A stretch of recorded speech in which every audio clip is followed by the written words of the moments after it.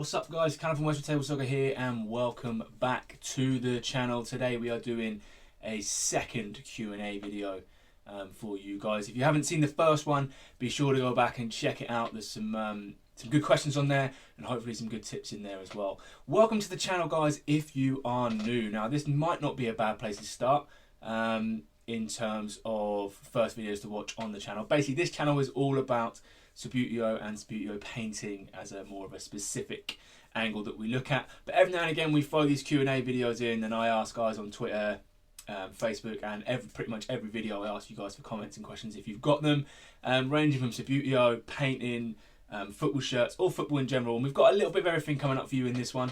And it should be a good one. So I am looking forward to it. So we've got about 10 questions to go through today and then we'll see how we get on. So let's get on it. Okay, question 1 comes in from Joe. See, I watch YouTubers, right, sometimes, and when they mess people's names up, I think, how have you got their name wrong?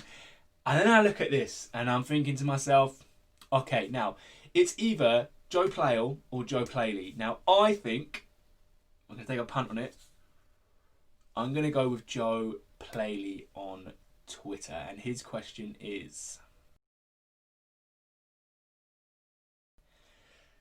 So, when I mix colours for painting, the best way I find to do it is to use empty tablet packets to do the mixing in. And then it comes down to having a little bit of a rough idea of the colour you're trying to get to. And knowing or having a rough idea of what colours you might need to put together to get there.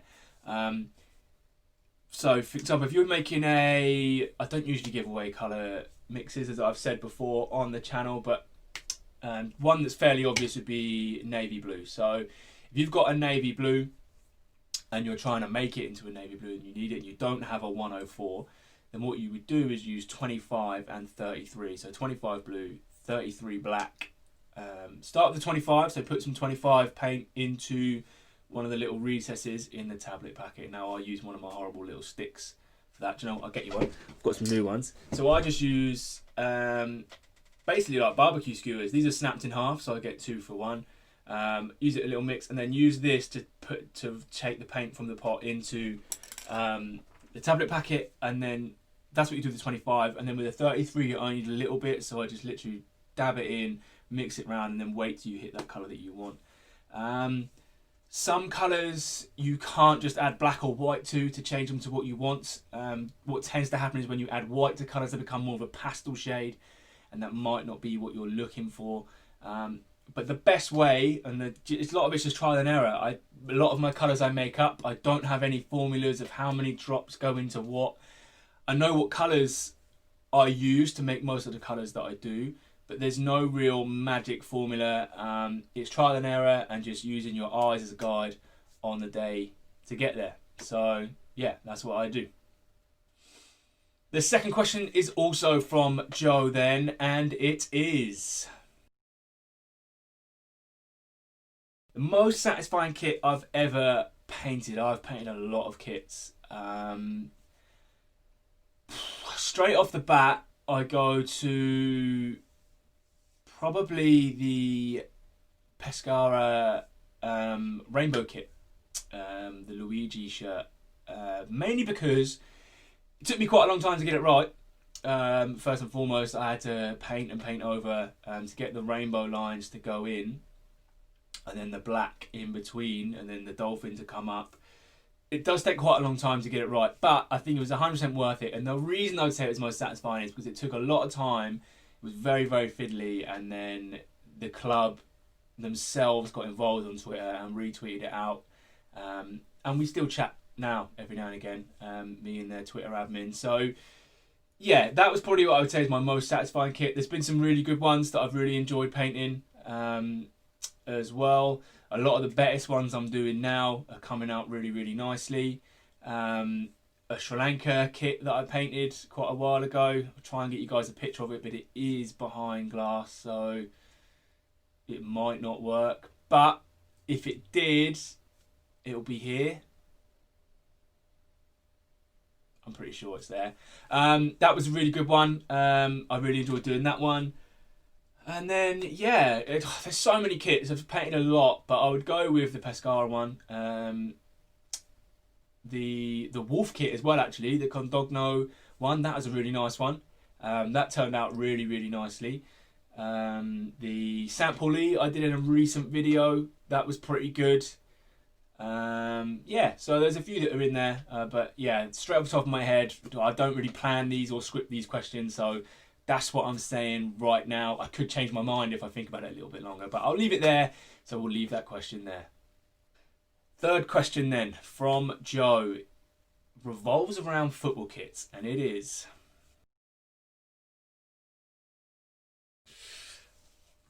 best and worst kit I've owned. Okay. Worst kit. Worst football shirt I own. Do you know what? It's not because aesthetically it's a bad kit. It's clean, it's simple, it's everything I love in a football kit. But I'd probably say it's my Poland 2008 home shirt. I have no idea why I bought it. I bought it in TK Maxx.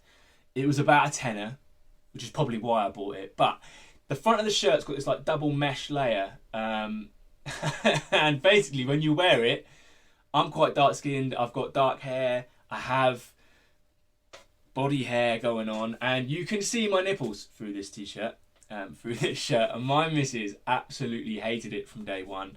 I haven't worn it in a long time. It's still in pretty much brand new mint condition because she would never let me go out on it. I'm not getting rid of it though because, like I say, aesthetically it's really nice. It's got like 2 badges and the Puma logo on it, and they're like rubberized Puma logos. It's such a nice clean shirt, all white with the red collar and cuff area. I love it, but I would probably lean towards that one as being the worst kit that I own. Now, the best kit that I own. This is difficult because my football shirts, I don't buy football shirts for the sake of buying football shirts. Like, my football shirt collection is from Leicester, obviously, being the team that I support. Real Betis being my sort of second football love, really. I've got a Werder Bremen shirt. I've got 2 Wycombe Wanderers shirts because I went to uni up there, and for one season, the uni that I went to sponsored them, so I've got that shirt. Argentina shirts, not for any particular love of Argentina, but the love of Gabriel Batistuta. Fiorentina kits, they were sort of my Italian team. I'm not massively into my Italian football now. Sort of a passing interest. But yeah, so my favourite, my best one. It's going to be difficult, this one. I'm probably going to list more than one. The first one that comes to my head straight away is the 2015-16 Premier League winning black away shirt. One, it's a beautiful kit to look at. The sort of shadow diamond pattern that runs through it is beautiful. The number set on the back, the gold name and number on the back. And obviously we won the Premier League wearing it. And I got that shirt. My old man bought me this shirt. And I remember texting him, actually. He was texting me about what name and number I want on the back, and I was umming and ahhing. And I'm pretty sure he went, "You're just having Vardy." And I did get Vardy, and obviously it turned out to be a great decision. And yeah, it's probably one of the best shirts I've owned. I don't have any of the other kits from that season, which is a bit of a disappointment. I've obviously got this home kit, the away kit, and the third kit from the season after. The home kit has got the Premier League champions badges on it. So that's one of my favourites. The white pinstriper. Oh, I love that shirt. You've seen it behind me a couple of times. It's got the Champions League number set on the back. Again, Vardy 9. It's got the Champions League patch on it. And just aesthetically, that shirt is easily one of the best away kits that we've had in a super, super long time. Other favourite shirts. This one. This Betis shirt here. Easily one of my favourites. Aesthetically, it's beautiful to look at, but as you can see, it's been signed. It got signed. I was there when it got done. Like, I got that shirt signed. I wore it to Betis against Havant and Waterlooville. I want to say it was 2012. Betis is supposed to play Portsmouth. Portsmouth got stuck in America. Something to do with a cargo crate or something holding up their takeoff. So Betis were here ready to play a game.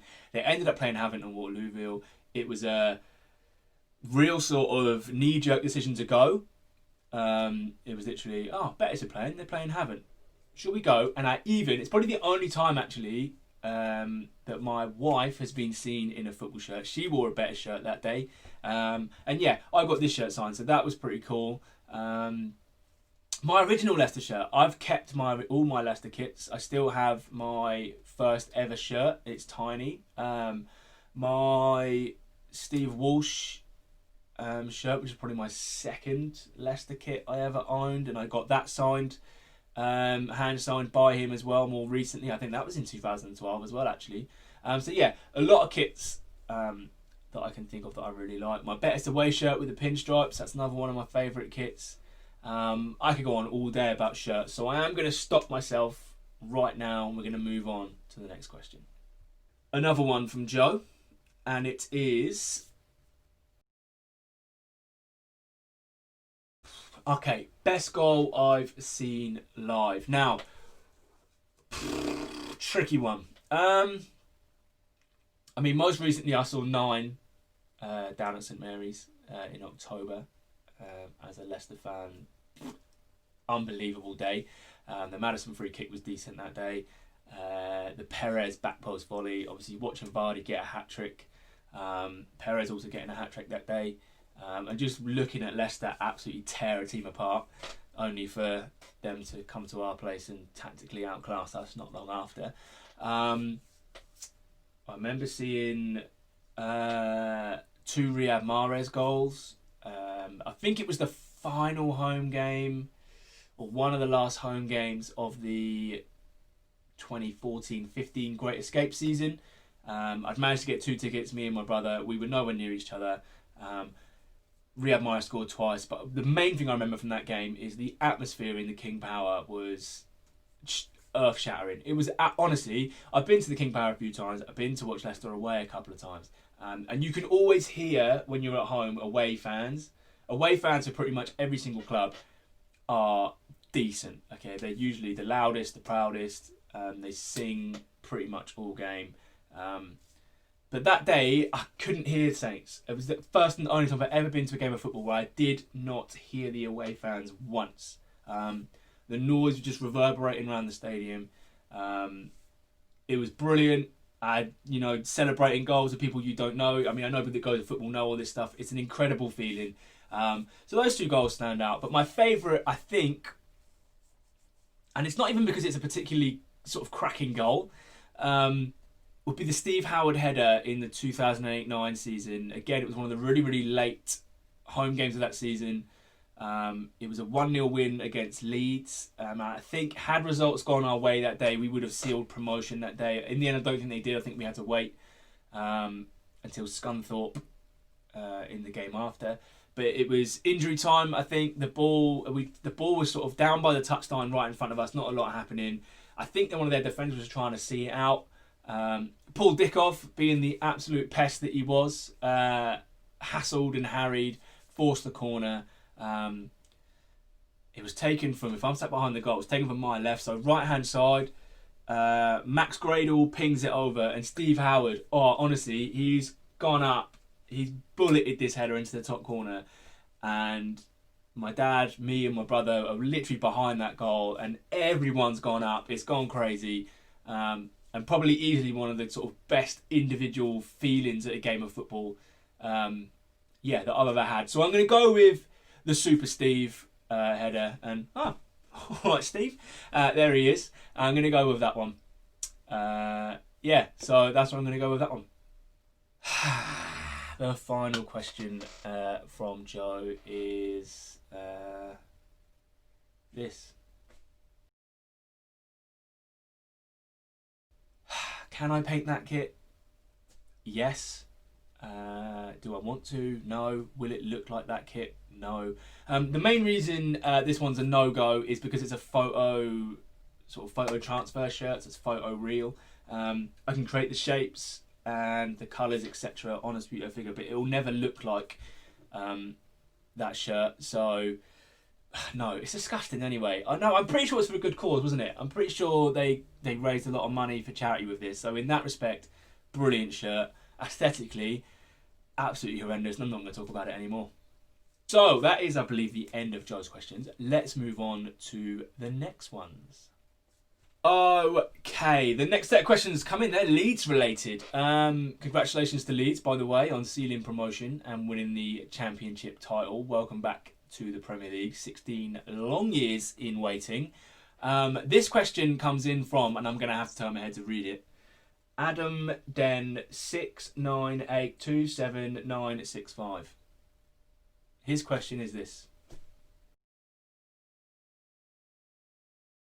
Realistically, Leeds, a lot will depend, I think, on whether fans are allowed in stadiums. Because I think if fans are allowed in, Ellen Road will be absolutely bouncing. They're a great set of fans anyway, Leeds. I'm not a particular Leeds fan by any means. Dirty Leeds, etc., etc. But their fans are decent. I will give them that. And I've got a lot of them on my Twitter now, so I don't want to upset any of them else they'll start unfollowing me. But they're passionate. They love their club. And this is the same with most football fans, to be fair. So don't think that I'm bigging up Leeds fans over anyone else. They're really, really passionate. They will get behind their team big time if they're allowed in the stadiums. Their away support will be good as well. But I think a lot of that will depend. If there's not fans in the stadiums, I feel like a lot will depend on whether they get that promotion bounce. But if they start to get on a bit of a bad run and there's no fans there to create that atmosphere, it could end up being a bit of a struggle.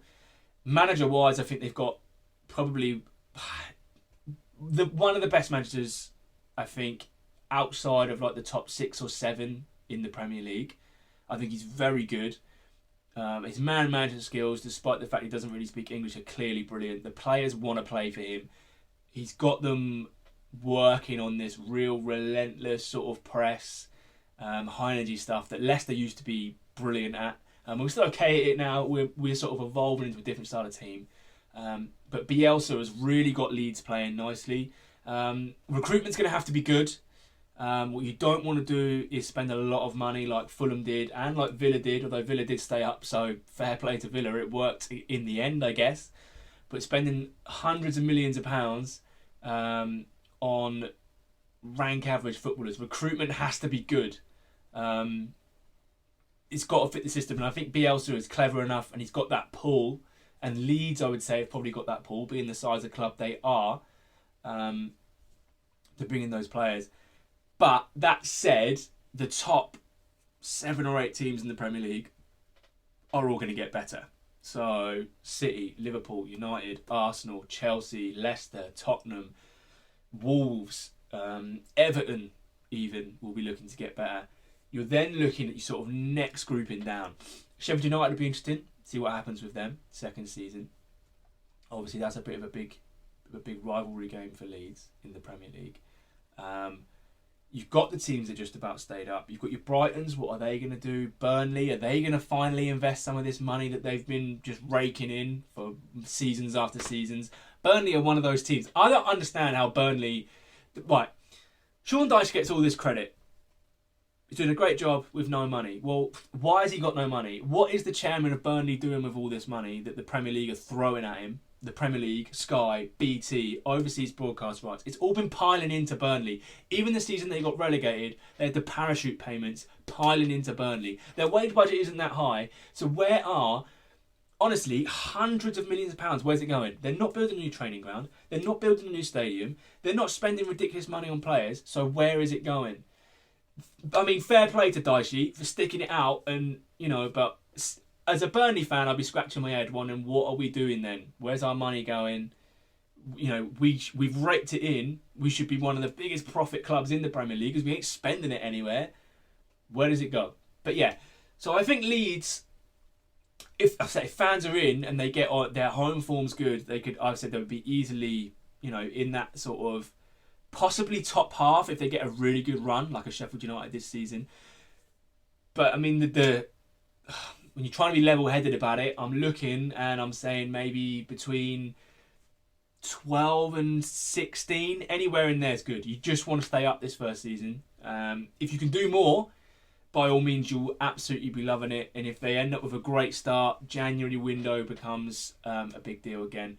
But yeah, so I'd be cautiously optimistic about Leeds. I don't think they'll get relegated, but I do think there are certain areas in their team that will need to be improved. But yeah, so I would go with that.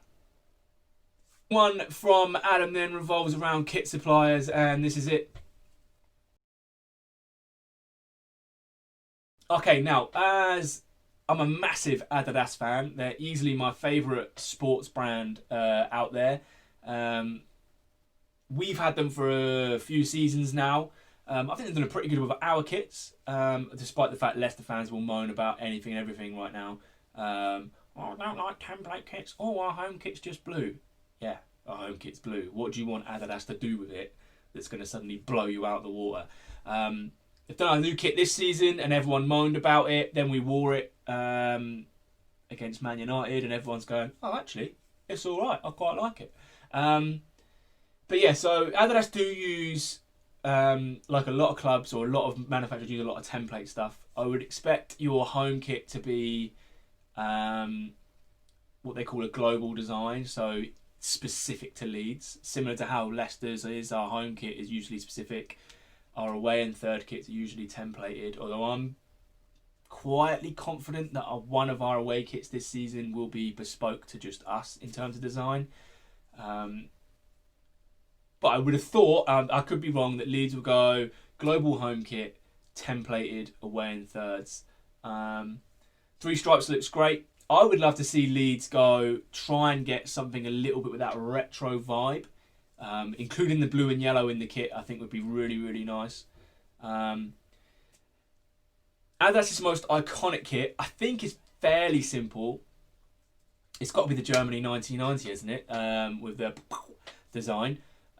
They've revamped it. That's how popular it is. Leicester had a version of it, the pink one, that we only wore a few times, but it sold out rapidly in the shop.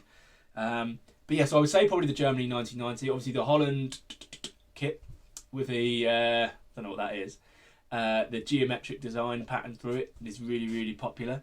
The Arsenal Bruised Banana is pretty iconic for Adidas. Pretty much every single Argentina kit that they've made for them has been pretty iconic. But yeah, that's probably where I'd go. I would definitely say, though, easily number one, the Germany 1990 kit. Next one's come in then from Jeff Drake on Facebook. The first question he would like to know the answer to is...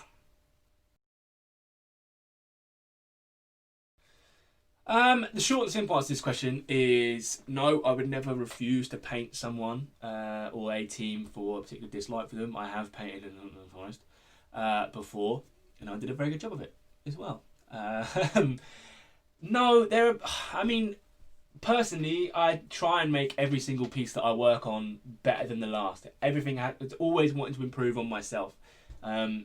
So if someone came to me, I'm trying to think of like a particular footballer that I don't particularly like. I don't know, Neymar. If I'm doing a PSG set, for example, and somebody says, I want last season's kit to be Neymar, I'm not going to paint it worse or refuse to paint it because I don't particularly like the player. I would still paint it really well because it's more important to me is what I'm putting out there, my product, and not my personal opinions on players and teams, if that makes sense. So the answer to that question is no, there's not a kit I would prefer not to paint. There are certain kits that are not possible to paint, but that's a little bit different. But yeah, so the simple answer is no, there's not. Next one then from Jeff is this one.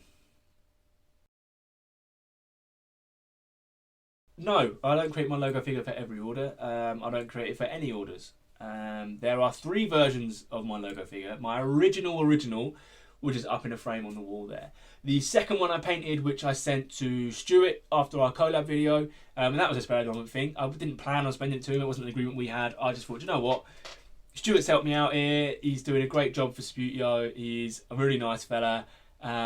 He sent me a couple of stickers. So I thought, you know what? Let's ping him this one. And then I had to paint a new one in the logo colours that you can see here. So no, I don't. I'd use it in photos every now and again. So you will see it come up.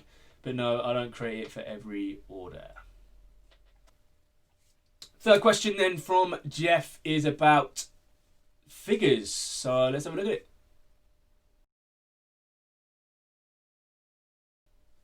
it.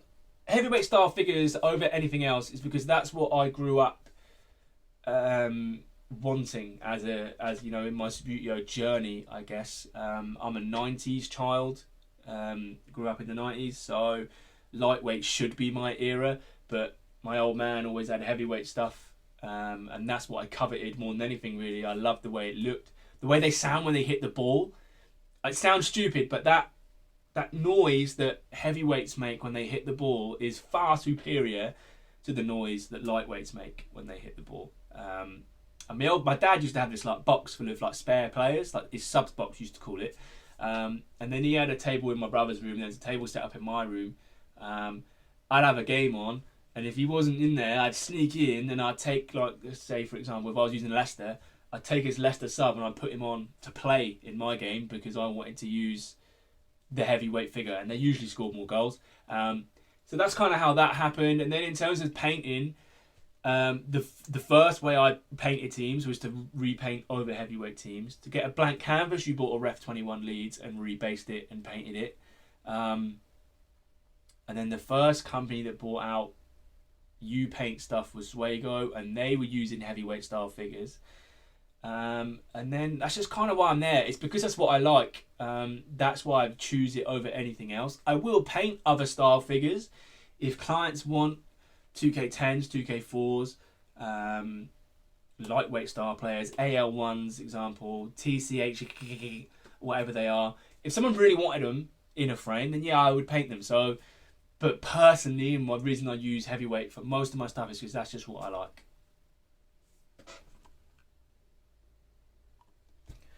Okay, that brings us to the end of this Q&A video, guys. I hope you found it interesting, entertaining even.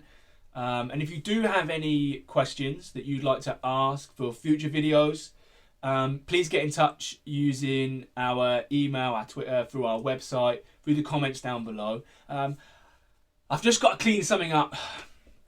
The Barcelona video from the other day, I said that they would usually put this on white plastic. The old man's been in contact. He's picked me up. He's always given me grief about my referencing of team reference numbers, because I usually get them wrong.